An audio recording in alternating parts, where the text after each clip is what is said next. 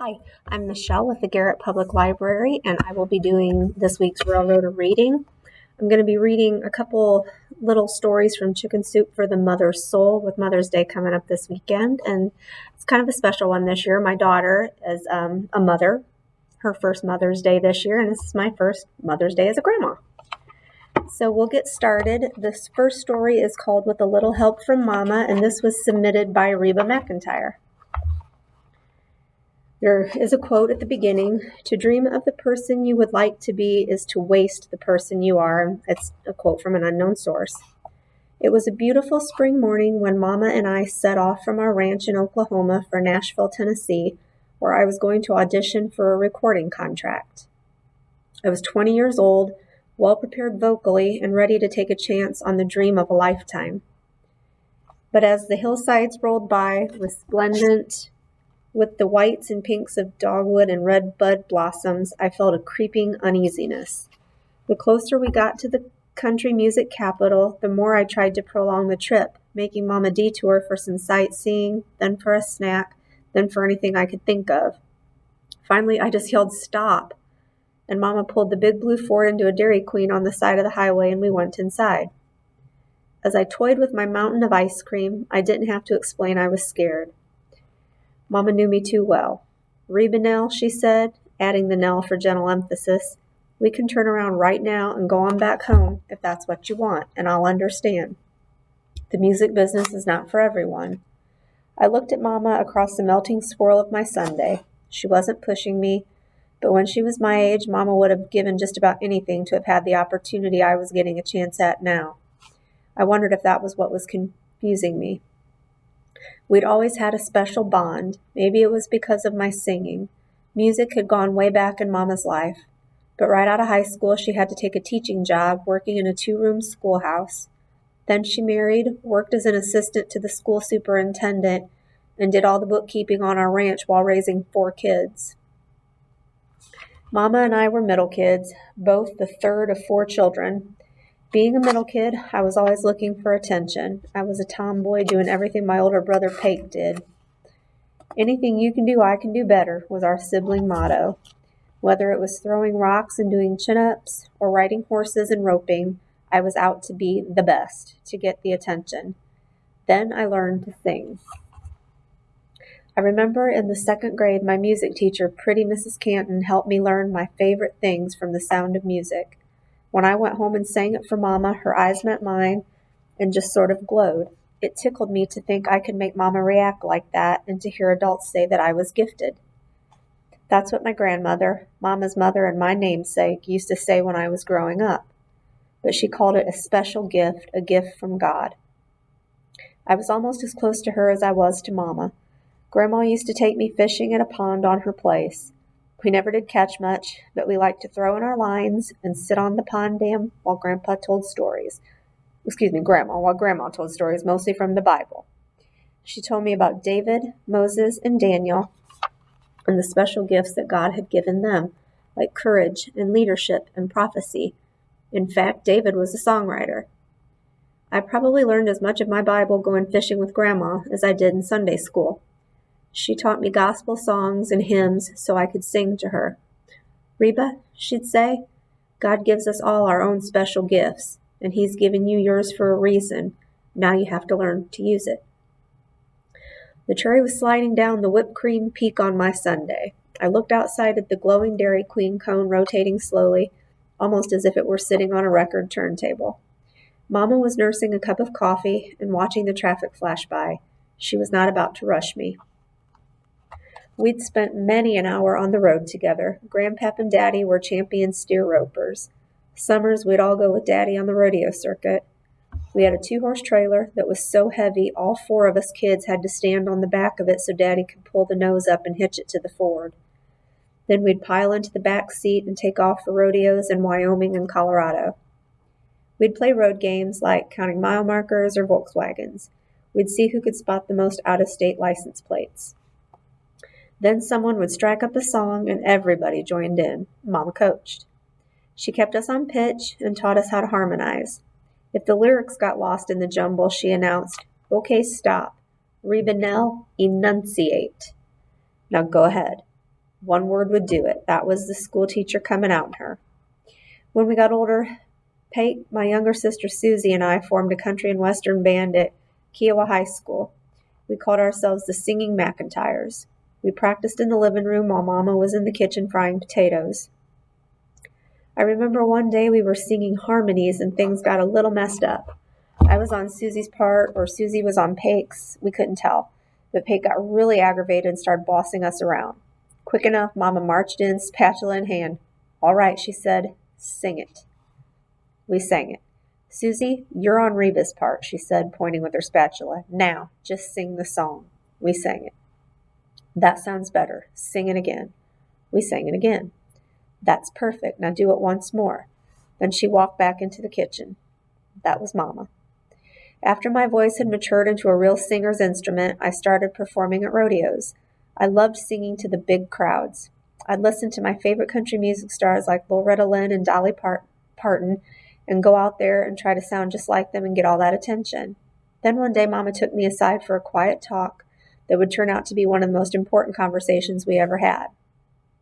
Reba Nell, she said, you have a beautiful voice all your own. If you want to hear Dolly or Loretta sing, you'll buy their albums, and so will other people. But now you've got to find your own style. Sing what you feel. Sing from your own heart, and you'll discover the voice God intended for you. That's what people will really come to hear. She was right. After our talk, people in the music business started taking a real look at me, and that's why we were now sitting here in this Dairy Queen outside of Nashville. Across the Formica tabletop, I caught Mama glancing at her watch. I couldn't stall much longer. My ice cream had turned to soup. I looked up at Mama. She was fishing in her purse for the keys to the Ford. Reba, she said, pulling them out, I'm serious about turning back. But if you get that record deal, I'll be very proud of you. If you don't, I'll be just as proud.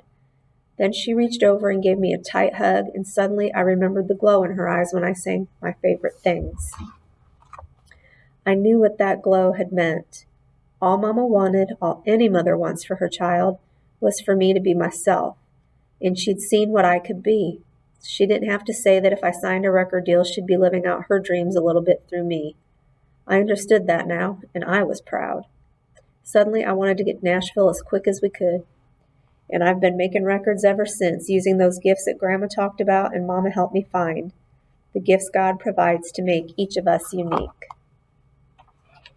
We got time for at least one more here. This one is called Bouncing Back, and this was submitted by the late Joan Rivers. I have been through some very bad times in my life, and because I'm Joan Rivers, I've had to go through them publicly. At times, being a mother has been overwhelming for me. When my business partner, my best friend, and more importantly, my beloved husband, Edgar, committed suicide, it made things tough for me and my daughter, Melissa. Even for a mother and daughter who don't lose a man to suicide, things can still be tough. A daughter's teenage years can be a mother's attempt to make contact with a UFO, unintelligible female opponent. Yeah. Restoring my relationship with Melissa after Edgar's death was a long and often agonizing process for me. Yet by the time she returned to college for her senior year, we were enjoying each other's company, and when graduation neared, she told me that her classmates wanted me to speak at their ceremony. At first, the invitation delighted me, but then I thought, I don't want to turn this into Commencement starring Joan Rivers. I'm very flattered, I told Melissa, but I think I shouldn't. This is your moment, and I don't want to steal it from you. Mom, she said warmly, even if you just sat in the balcony, the spotlight would still be on you. It would mean a lot to me if you spoke. And so I addressed her college graduating class of the University of Pennsylvania. I told a few jokes and gave the graduates the usual commencement advice. But there was nothing usual about the way I felt on that graduation day. My daughter had been through more pain in 2 years than any woman deserves in a lifetime, and she had come through. Not only had she graduated with her class on time, but she had graduated with honors. Even more important, she had retained her kind and her sensitive heart. When I finished my speech, I looked into the audience and saw Melissa and the friends who had helped her through the last 2 years. Few events on earth are more moving than a college graduation. Melissa and her friends looked so brave and confident as they prepared to head into the big, scary world. And I knew that waiting for them were sharks that belonged in Jaws. These kids would need so much courage and luck. They would have to know to never give up. I hoped that some of them were aware that I had never given up. "I love you, Melissa," I suddenly said, as if the two of us were alone, and she answered by blowing me a kiss from her seat. I was so overwhelmed by joy and pride and relief that we had found our way back to each other that I could barely hold myself together long enough to leave the podium. And then the entire class rose and gave me a standing ovation. My stand-up career should have ended right there, for knocking him dead at Buckingham Palace would have been just a lounge act compared to this. Of course, this was the first applause I'd ever gotten that wasn't really for me. It was for my daughter. I wanted to applaud right along with them. Melissa and I had survived those teenage encounters, and also an encounter with unthinkable tragedy. Now we were bound to each other, not just by love, but by friendship too. And I do have time for one more short one. This one is called No More Oatmeal Kisses, and it was submitted by Irma Bombeck. A young mother writes, "I know you've written before about the empty nest syndrome, that lonely period after the children are grown and gone. Right now I'm up to my eyeballs in laundry and muddy boots. The baby is teething. The boys are fighting. My husband just called and said to eat without him, and I fell off my diet. Lay it on me again, will you?" Okay. One of these days you'll shout, "Why don't you kids grow up and act your age?" And they will. Or, "You guys get outside and find yourself something to do, and don't slam that door." And they won't. You'll straighten up the boys' bedroom neat and tidy, bumper stickers discarded, bedspread tucked and smooth, toys displayed on their shelves, hangers in the closet, animals caged, and you'll say out loud, "Now I want it to stay this way." And it will. You'll prepare a perfect dinner with a salad that hasn't been picked to death and a cake with no finger traces in the icing, and you'll say, "Now there's a meal for company." And you'll eat it alone. You'll say, "I want complete privacy on the phone, no dancing around, no demolition crews, silence. Do you hear?" And you'll have it. No more plastic tablecloths stained with spaghetti. No more bedspreads to protect the sofa from damp bottoms. No more gates to stumble over at the top of the basement steps. No more clothespins under the sofa. No more playpens to arrange around a room. No more anxious nights under a vaporizer tent. No more sand in the sheets or Popeye movies in the bathroom. No more iron-on patches, rubber bands for ponytails, tight boots, or wet knotted shoestrings. Imagine a lipstick with a point on it. No babysitter for New Year's Eve. Washing only once a week. Seeing a steak that isn't ground. Having your teeth cleaned without a baby on your lap. No PTA meetings, no carpools, no blaring radios, no one washing her hair at 11 o'clock at night, having your own roll of Scotch tape. Think about it. No more Christmas presents out of toothpicks and library paste. No more sloppy oatmeal kisses. No more tooth fairy. No giggles in the dark. No knees to heal and no responsibility. Only a voice crying, "Why don't you grow up?" And the silence echoing, "I did." Well, that was all I have for tonight. I hope you enjoyed those stories, and all mothers out there, happy Mother's Day.